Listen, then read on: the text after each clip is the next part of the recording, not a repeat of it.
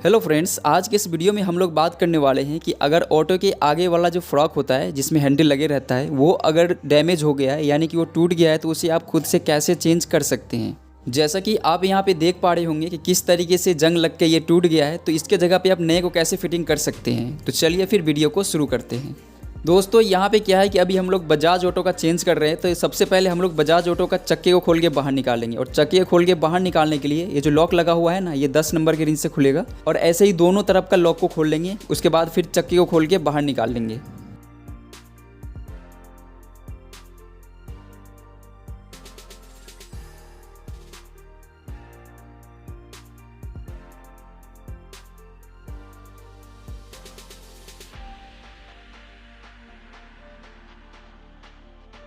तो चक्के को खोल के हम लोग बाहर निकाल लिए हैं। अब इसके बाद ये जो आपको मडगार्ड दिख रहा है ना, इसको खोलने का है और ये 10 नंबर के रिंच से खुलेगा, तो खोल लीजिएगा इसको।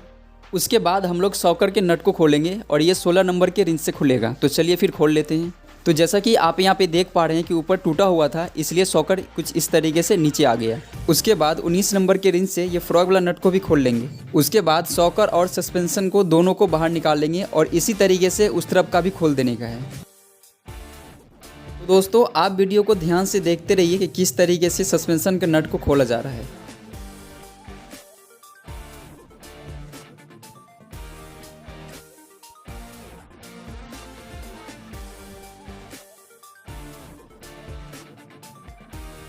उसके बाद आप चलेंगे डैशबोर्ड की तरफ यानी कि हैंडल की तरफ। यहाँ पे आने के बाद ये जो हैंडल का क्लैंप है ना, जिसमें 2 नट बोल्ट टाइट है, तो ये दोनों को खोल लेंगे और ये 12 नंबर के रिंच से खुलेगा।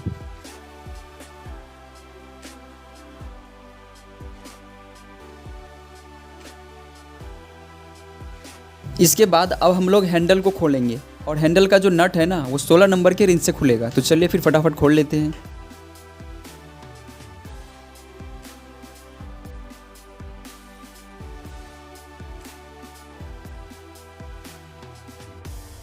हैंडल के नट बोल्ट को खोलने के बाद अब हैंडल को नीचे की तरफ कर देंगे। उसके बाद ये जो आपको चेकनेट दिख रहा होगा ना, दोनों चेकनेट को खोल के बाहर निकाल लेंगे। और ये हमारे पास चेकनेट खोलने वाला है, तो हम इससे फटाफट खोल लेते हैं।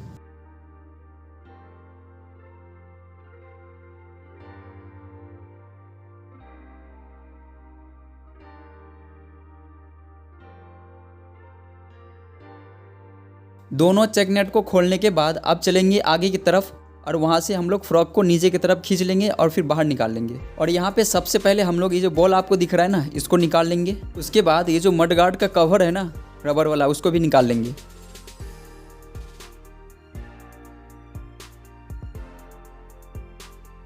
इसके बाद ये जो 2 बोल्ट आपको दिख रहा है ना मड गार्ड में लगा हुआ, इसको भी खोल लेंगे। तो ये दोनों बोल्ट खुला नहीं, ये दोनों बोल्ट टूट गया है। अब साइड वाला बोल्ट को खोल लेते हैं।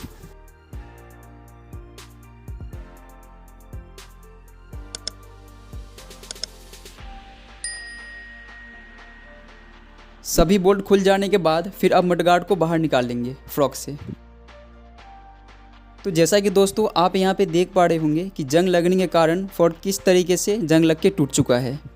और दोस्तों ये है फ्रॉक जिसको अभी हम चेंज करने वाले हैं। ये अच्छा है, पुराना है लेकिन ये अच्छा है, तो हम लोग इसी को लगाने वाले हैं। ये भी किसी गाड़ी से खुला हुआ है, तो पहले इसको अच्छे से साफ़ कर लेते हैं, उसके बाद फिर इसको फिटिंग करेंगे। अच्छे से साफ़ कर लेने के बाद सबसे पहले हम लोग इसमें मडगार्ड को टाइट करेंगे।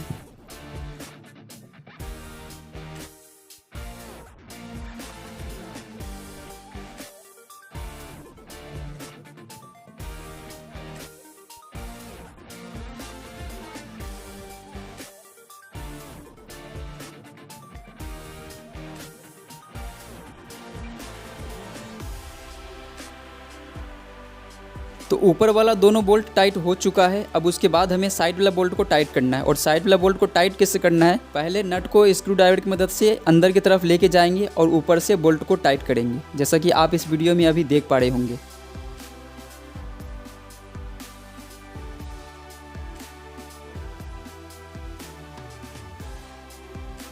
उसी तरीके से अब इधर भी बोल्ट को टाइट कर लेंगे।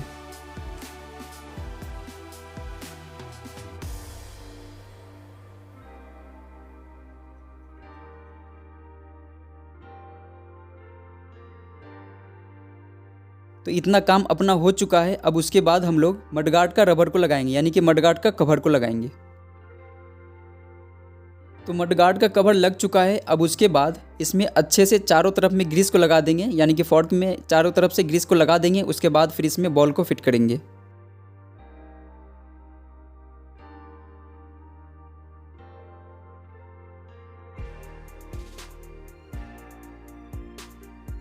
तो दोस्तों फ्रॉक वाला काम अच्छे से हो चुका है। अब चलते हैं हैंडल की तरफ। यहाँ पर आने के बाद सबसे पहले हमें ये वाला बॉल को लगाना पड़ेगा नया, क्योंकि वो पुराना था, उसका बॉल निकल चुका था। और ये जो बॉल है ना दोस्तों, वो केज के साथ में आता है और 26 रुपये का ही आता है, जैसा कि आप देख पा रहे होंगे। तो ये बॉल में अच्छे से ग्रीस को लगा देंगे। उसके बाद फिर इसको फिट करेंगे।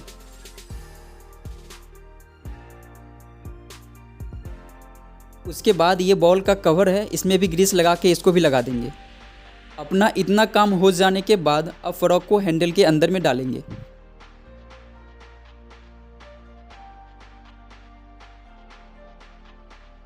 तो फ्रॉक को हैंडल के अंदर में डाल दिए हैं। अब इसके बाद सबसे पहले यहाँ पे एक चेक नट को टाइट करेंगे। और हमारे पास ये चेक नट को टाइट करने वाला है, तो इससे बड़े ही आसानी से टाइट हो जाएगा। एक चेक नट को टाइट करने के बाद फिर फ्रॉक को दाएं बाएं जोर जोर से मार के उसको सेटिंग कर देंगे। और साथ में उसका ढक को भी चेक कर लेंगे। तो यहाँ पे बिल्कुल भी ढक नहीं है। तो अब चलते हैं फिर हैंडल की तरफ। और यहाँ पे आने के बाद सबसे पहले एक वॉशर को लगाएंगे। उसके बाद फिर एक और चेक नट को ऊपर से टाइट करेंगे।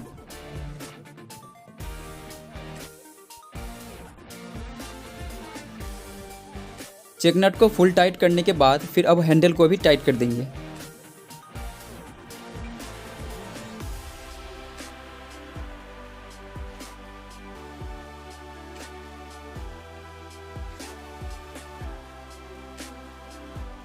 और दोस्तों अभी यहाँ पे हैंडल को फुल टाइट नहीं करना है, बस इसमें नट बोल्ट डाल के छोड़ देना है। उसके बाद सबसे पहले हमें ये जो क्लैंप आपको दिख रहा है ना हैंडल का, इसको टाइट करना है। और ये क्लैंप में 2 नट लगे रहते हैं, जो कि 12 नंबर के रिंच से टाइट होगा। तो चलिए फिर फटाफट टाइट कर लेते हैं इसको। क्लैंप को टाइट करने के बाद अब हैंडल को टाइट करना है। और हैंडल को टाइट करने से पहले दोस्तों उसका सीधा देख लीजिएगा। उसके बाद हैंडल को अच्छे से फुल टाइट कर दीजिएगा। हैंडल को फुल टाइट करने के बाद अब चक्का को टाइट करेंगे। और ये जो आपको सस्पेंसर दिख रहे हैं ना, इसमें टाइट हुआ, इसको नीचे ही टाइट कर लिए थे। उसको मैं वीडियो नहीं बना पाया था, तो आप इसको अच्छे से फुल टाइट कर लीजिएगा।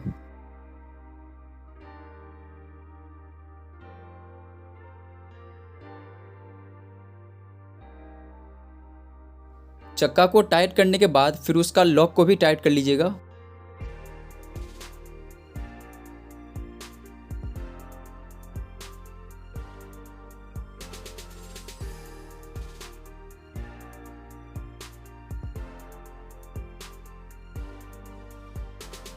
तो चक्का फुल टाइट हो चुका है। अब उसके बाद दोस्तों हमें हैंडल को ना सीधा देखते हुए, यानी कि जो आगे चक्का लगा हुआ है उसको सीधा करके और हैंडल को सीधा करके उसके बाद फिर हैंडल को नट को फुल टाइट कर देना है।